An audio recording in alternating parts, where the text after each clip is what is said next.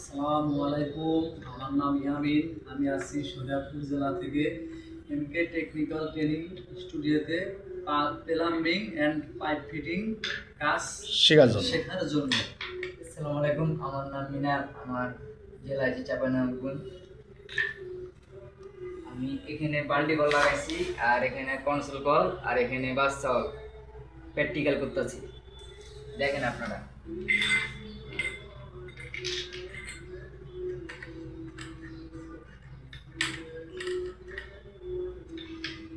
কি লাগাইলা? যেটা লাগাচ্ছ সেটার নাম বলো আর লাগো। হাফিন জিএল বলা গেলাম। হ্যাঁ,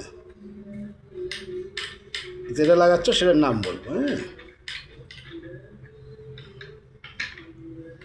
হাফিন চিটি।